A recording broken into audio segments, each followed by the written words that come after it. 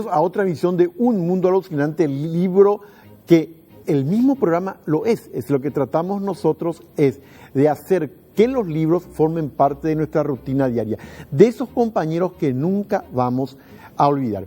Y en este tiempo del virus COVID-19, del virus del coronavirus, sin ninguna duda recordamos obras de la literatura y del cine que han tratado el tema de pestes y plagas. Comencemos con un libro que forma parte del bloque, a esas páginas que me emocionaron. Vamos junto a Mary Shelley. Les explico, ella pasó a la historia en el siglo XIX, en realidad, porque escribió Frankenstein, la historia de aquel científico que enloquece y a partir de restos de cadáveres crea un monstruo. Pero ella, siendo muy joven, por cierto, ella Frankenstein escribió con menos de 20 años. Y la obra que hoy les vamos a presentar, El último hombre, data exactamente del año 1826, una mujer joven. Es de ciencia ficción. ¿Qué se imaginó Mary Shelley? Ubíquense cómo lo hizo. Esto fue en el siglo XIX, en la primera mitad. Se imaginó un mundo del futuro arrasado por una plaga, lo que es ahora por una peste. El libro concretamente está situado, la idea de ella está situado en la historia ya en el siglo XXI, en nuestro siglo, allá por los años 2073 en adelante. Ella se imaginaba el final del siglo XXI. Pues bien, solamente un ser humano sobrevive a una terrible epidemia y catástrofes. Y lo que nos muestra son las limitaciones y la fragilidad del ser humano cuando nos encontramos con estas amenazas. ¿Cómo ella se imaginó que se transmitía esa epidemia en aquel entonces? A través del aire, lo cual vuelve mucho más riesgoso, no es solamente por el contacto interpersonal o con determinada superficie, a través del aire se transmitía esta epidemia. Y mucha gente creía que la plaga, típica actitud del ser humano hasta hoy, no les alcanzaría porque decían, no, esta peste a mí no me alcanza, a mi ciudad no va a llegar. Y al final sobrevive un solo hombre que es Lionel Verney.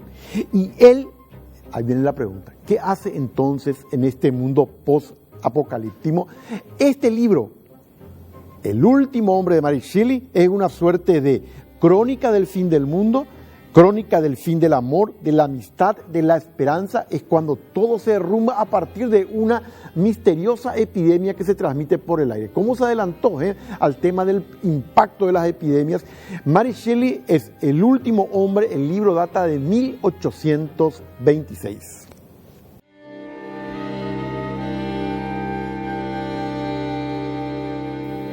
Y ustedes se van dando cuenta con nuestro programa la cantidad de películas que se han basado y se basan en libros. Uno de los clásicos del siglo XXIX fue un conjunto de versiones de Drácula. Comencemos con el libro. Drácula, escrito por el inglés Bram Stoker en 1897. Todo indica que él se basó en un ser que existió en el siglo XVI. Era un noble de Rumania, de Transilvania. No era vampiro, pero era un ser terriblemente cruel. Directamente los metía con cuchillos tremendos o con palos y los estaqueaba a sus prisioneros cuando estaban todavía vivos. Era de una agresividad y de una dosis de inhumanidad terrible. Vlad Tepes se llamó aquel noble rumano, estamos hablando del siglo XVI. Parece ser que Bram Stoker se basó en esta historia y dijo, bueno, lo voy a convertir a este ser deleznable en un vampiro. Y así lo hizo. Fueron varias las películas del siglo XX que se han hecho sobre Drácula. ¿Cuál fue la primera? Muda. Nosferatu. Una película de 1922, en los inicios del cine, dirigida por el alemán Fred Murnau. Está considerada una de las obras clásicas del siglo XX. La puesta en escena es tremenda, es del expresionismo alemán, caras desfiguradas, el foco de la película con los paisajes y las casas que aparecen de una manera descompuesta. La cosa es así, la historia es así. Básicamente sigue estrictamente la historia de Drácula. Un agente inmobiliario, su jefe le dice, vaya a Transilvania junto al conde Orlok, y ofrézcale unas tierras que queremos venderles aquí en Inglaterra. Va el hombre y ya se encuentra de repente en una posada y lee algo sobre vampiros. Luego llega al castillo y ya le parecen cosas raras. Y aparece el conde Orlok, que es el sumum de la persona que genera rechazo. Cráneo totalmente deforme. Los dedos de las manos son en realidad como punzas, como pinzas, como garras. Olor pestilente, colmillos tremendos. Bueno, este es el conde Orlok. Y a partir de ahí, el pobre hombre que está en su castillo solo, ¿qué hace? ¿Qué le pasa? ¿Y qué pasa si el conde Orlok va a Inglaterra y también le ataca a la novia de este agente inmobiliario? Nosferatu, Drácula, el primer Drácula de la historia del cine. Una anécdota. Resulta ser que los directores y productores de la película, para no tener que pagar los derechos a los familiares de Bram Stoker, le cambiaron el nombre y cambiaron algunas características, pero se nota evidentemente que está basado en Drácula. Ganaron la demanda, pero como la película ya había sido distribuida en varios países del mundo, se la retiró solamente de Alemania y así se salvaron las copias. Cine clásico por excelencia. El mito de Drácula, Nosferatu, de Freddy Murnau, director alemán de la mejor época del expresionismo de ese país. Terror puro.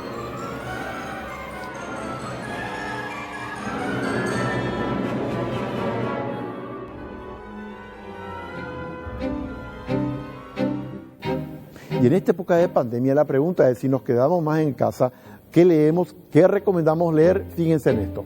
Como la gente ya no tiene nada que hacer, se aburre en la casa y cosas así, están tomando la costumbre de leer. Le toman el hilo a la lectura ahora. Vos sabés que sí, hay gente que anteriormente no leía Sí. y ahora ya está tomando, así que lee muchísimo. ¿Qué lee, por ejemplo, ahora la gente? ¿Le gusta más la novela, la historia? ¿Qué le gusta? De hecho, de todo un poco. Hay muchos clientes que vienen por libros de ayuda financiera, otros vienen por novelas, otros vienen más por historia, ya sea de Paraguay o de cualquier otra cosa. O sea, son variados, no siempre viene un solo tema. ¿A vos qué tal? ¿Qué te parece la lectura? ¿Le tenés hilo a la lectura también? Sí, a mí me encanta la lectura, a mí me encantan los clásicos. Los Todos clásicos. Clásicos. ¿Le tomaste el hilo en esta cuarentena o ya de antes venís trayendo? Yo todo el tiempo estoy leyendo, no hay un día en que no agarro un libro o algo así, todo el tiempo vamos a ver leer. ¿Te gusta bastante la lectura? La verdad que sí.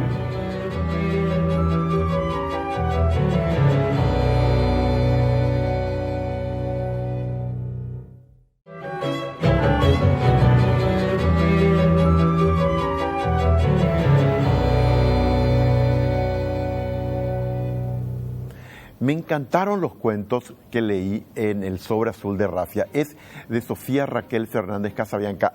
Ya les vamos a explicar, y ella les va a explicar, que con motivo de esta pandemia, este libro de cuentos está publicado en plataformas digitales. Ya estuvo con nosotros el año antepasado por un primer libro, ahora se viene con El Sobre Azul de Rafia. ¿Y qué es El Sobre Azul de Rafia? ¿Qué tal, Raquel? ¿Cómo te va? Hola, súper bien, Iván. En primer lugar, el nombre. Yo te decía que me gustó la portada, aunque volvemos a insistir, Raquel le va a explicar dónde está en plataformas digitales. ¿Por qué ese cuento, El Sobre Azul de Rafia, da título al volumen? Creo que son más de 30 cuentos y uno de los últimos se llama así y solamente por eso. Podía haberle puesto el nombre de cualquiera de los Pero cuentos. ¿sabes qué me pareció muy interesante? Porque es como si uno se encontrara con parte de sí mismo. Vos lo que vas relatando es lo que encontraste en El Sobre Azul. No, ese es uno solo de los cuentos.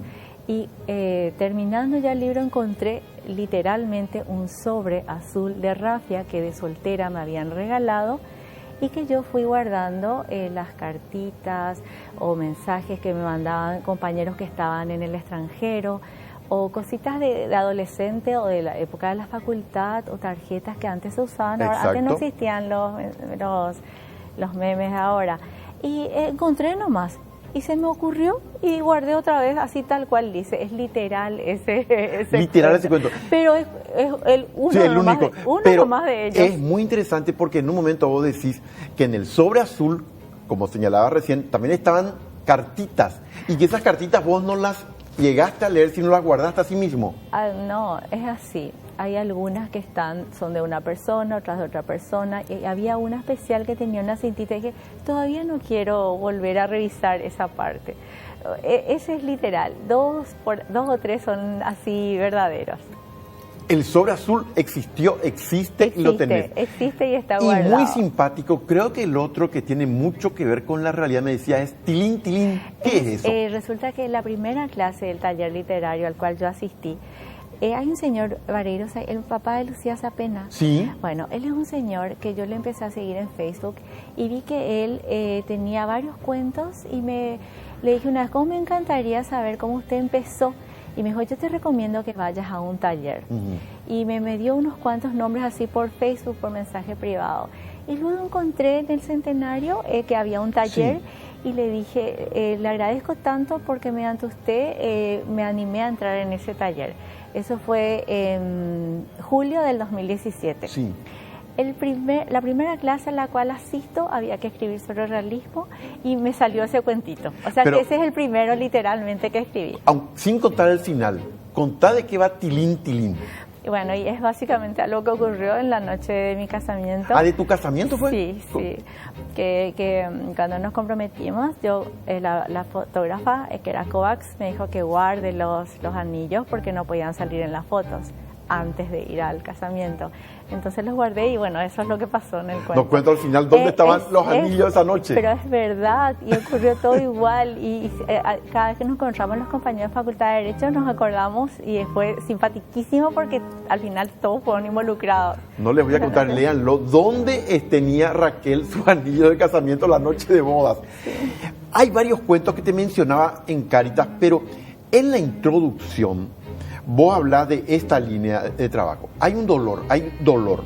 El dolor lleva a la imaginación al refugio y eso se canaliza en los cuentos. ¿El dolor está en la base entonces? En realidad, todos estos cuentos que ahora comparto fueron fruto en un 95% del taller, porque en el taller nosotros tenemos un estilo, la profesora nos da un estilo y hay unos disparadores de unos temas. Pueden ser tuyos o los que la profesora propone. Entonces, en un punto eso queda ahí guardadito. Sí. ¿Qué pasó? Yo tuve un acontecimiento en mi vida que fue inesperado, trágico. ¿Qué fue la muerte de tu hija? La muerte de mi hija mayor. Entonces, en un punto todos estábamos un poquito en shock, enmascarados. Mi marido en el interior, trabajaba en el interior en ese entonces.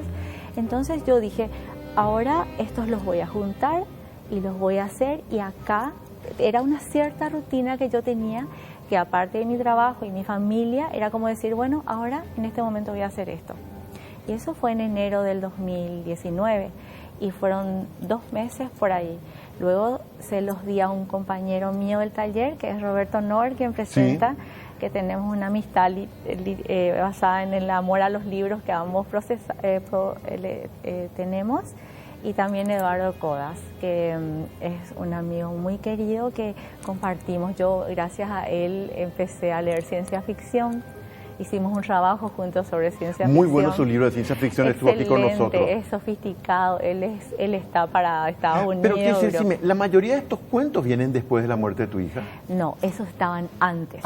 Antes, fueron trabajados. Después.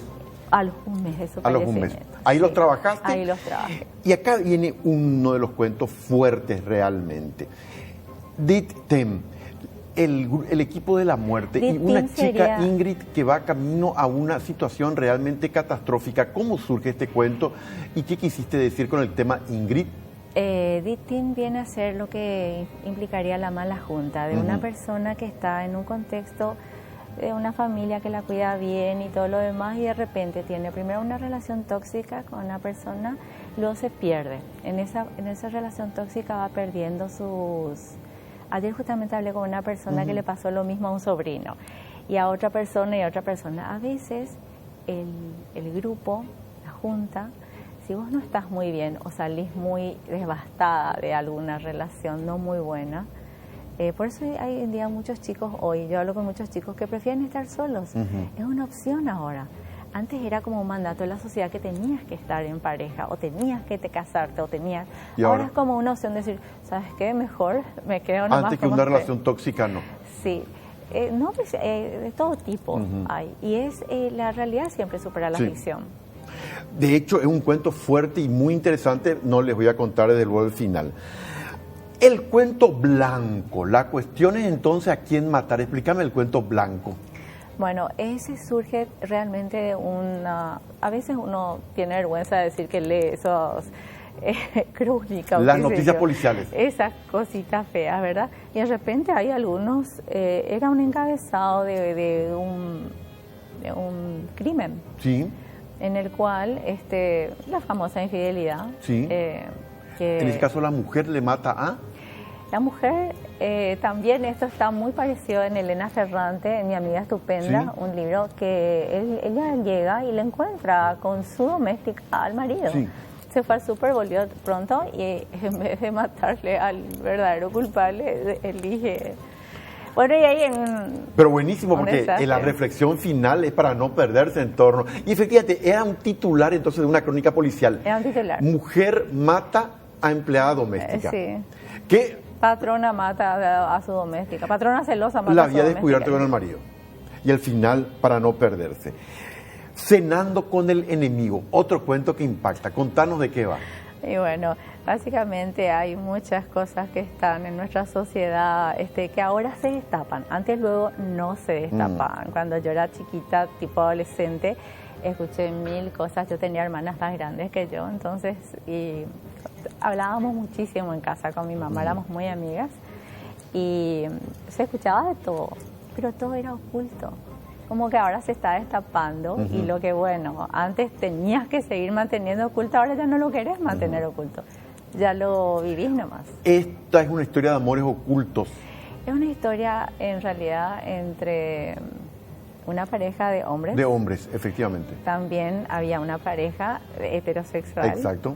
Y ahí hay algo oculto que luego se devela en esa cena, cenando, luego de esa cena. Luego de esa cena. Luego de esa cena. Cenando con el enemigo. Tremendo el cuento Duerme Vela. ¿Cómo surge y de qué va? Duerme Vela es de una persona con insomnio. Ujú. Esta persona tenía una relación prácticamente perfecta, pero luego el marido había sido que no era perfecta Así su vida, mismo. sino que tenía Así es. otra familia, que ocurre muchísimo también. Antes eso se sostenía porque la mujer económicamente no era bien visto que esté sola y aguantaba. Pero hoy en día ya no se aguanta, me quiero ir, me voy. Me voy. O andate. Ahora ya no es más así. Es un juego de cintura un poco interesante, 33 años de matrimonio, que es mi caso, por ejemplo. O sea, ya la gente a los 10, 20, 15 ya Se a va. veces 1 año, 2 años. Terminó eso de antes que... Para toda la vida. Duerme Vela está interesante. Ahora, hay una cuestión que es interesante acá. Mensajitos. También esa es una técnica que Sí. tuvimos que trabajar y es básicamente descubrir en vos algo que vos no sabías que tenías.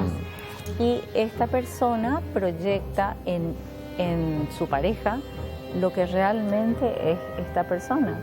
Entonces, a través de esos mensajitos, descubre y se queda desconcertada. Dice que algunas personas cuando descubren eso en sí mismas no lo pueden aceptar, no lo pueden asumir y viven sufriendo. Lo que descubrió esta persona fue algo terrible.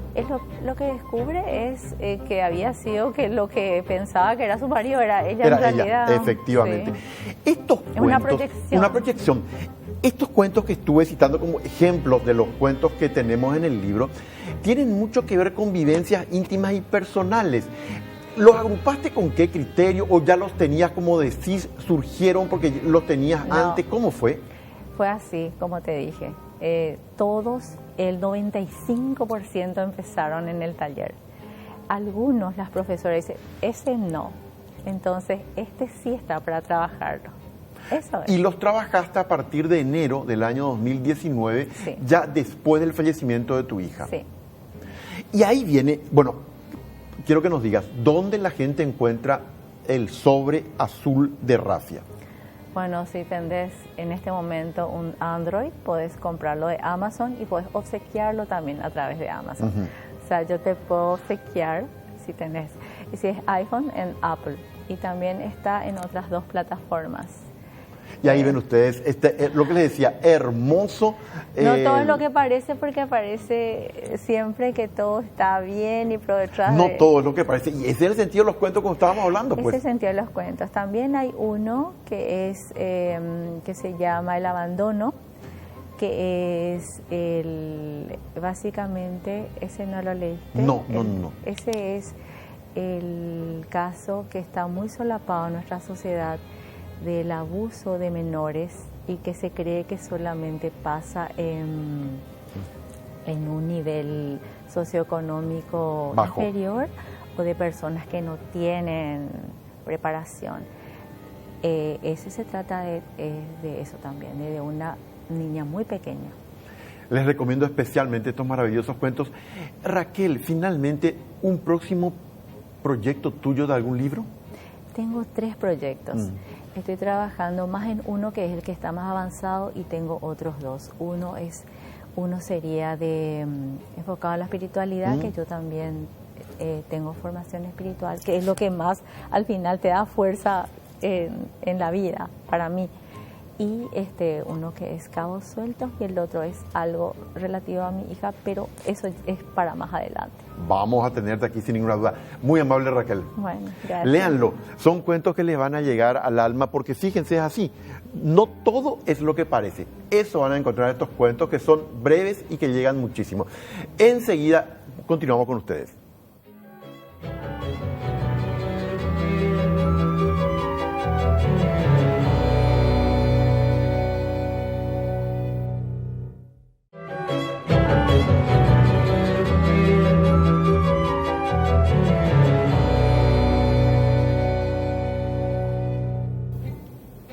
Y seguimos. ¿Qué libros están leyendo? ¿Qué libros quieren recomendar? Aquí está el sondeo que hicimos. Me gusta más las novelas. Las novelas. Las novelas, sí. Las novelas. Sí. ¿Y tu familia qué tal? ¿Cómo ve la lectura? ¿Les gusta? Y muy bien, sí. A mi esposo le gusta muchísimo la parte de historia del Paraguay, la guerra y eso, todo eso le gusta muchísimo. Él lee mucho. Y vos sabés que es una variedad, cuentos, novelas, historia, música, y a mí me llamaba mucho la atención que la gente del interior también pedía. Sí, Utiliza un poquito el tiempo de ocio para la lectura. exactamente. Ya la semana pasada, en nuestra misión anterior, les recomendábamos un libro de Stephen King que es Celular. ¿Se acuerdan? Cuando una peste, una plaga se transmite a partir de una señal que suena en el celular cuando uno atiende, que se llama el pulso. Ahora vamos a hablar de otra novela de Stephen King, esta considerada una de sus obras maestras, La Danza de la Muerte, qué nombre luego, de 1978. Y les cuento que La Danza de la Muerte tuvo una revisión que hizo el propio Stephen King y puso más detalles y se llamó Apocalipsis de 1990. Concretamente, ¿qué pasó? Un virus o varios virus terminaron directamente con la mayor parte de la población mundial. Un mundo post-apocalíptico. El virus liquidó, en pocas palabras, a una gran parte. Quedan unos sobrevivientes. Estos sobrevivientes luchan contra un malvado. El malvado se llama Randall Flagg y los sobrevivientes le siguen a la madre Abigail. No les cuento quién es Randall Flagg y qué tiene que ver con el virus y con la muerte de gran parte de la humanidad. Todo comenzó cuando un hombre escapa de un laboratorio biológico. En el laboratorio se produjo un accidente, entonces salieron virus y el hombre, al escapar del laboratorio biológico donde hubo el accidente, llevó los virus consigo mismo, un virus mortal. Al virus mortal se lo llamó Capitán Tips. ¿Qué es? Una gripe que puede mutar, cambiar rápidamente y que afecta a la mayor parte de la población mundial. La Danza de la Muerte o Apocalipsis de Stephen King, 1978, su primera versión, su segunda versión en 1990, terror en épocas del coronavirus, un virus mortal en esta gran obra de Stephen King.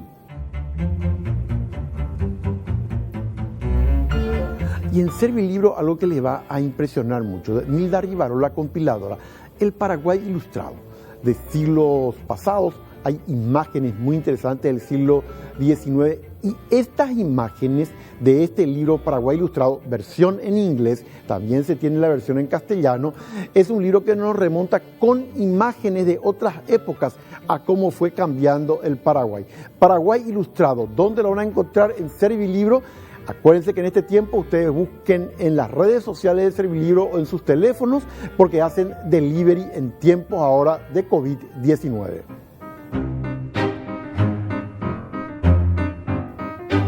Y en Literato tienen Tierra Americana de Janine Cummins. Les cuento, Lidia Quisano Pérez vive en Acapulco, México. Ella ahí tiene una librería. Tiene un hijo, Luca, que es el amor de su vida, y un maravilloso esposo que es periodista.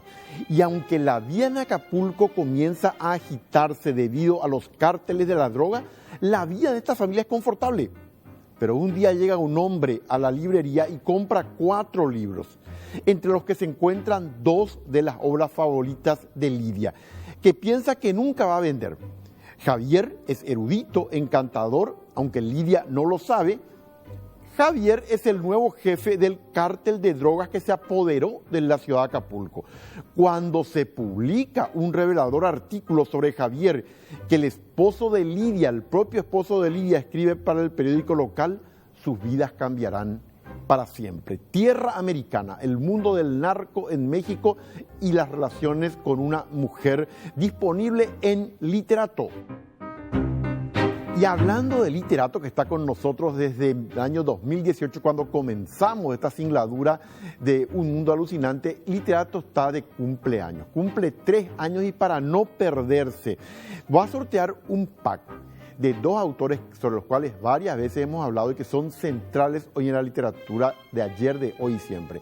Jorge Luis Borges, argentino, Carlos Ruiz Zafón, español, un pack que tiene textos de estos 2 autores. Vos das un me gusta a la imagen y listo. Y me queda lo que nos decía Raquel Fernández Casabianca sobre el libro Azul de Rafia. Cuántas cosas que a nosotros nos parecen ser no son en realidad. Y cuántas cosas guardamos en un sobre azul de Rafia que simboliza todo aquello que tenemos dentro de la memoria. Nos vemos en la próxima emisión de Un Mundo Alucinante.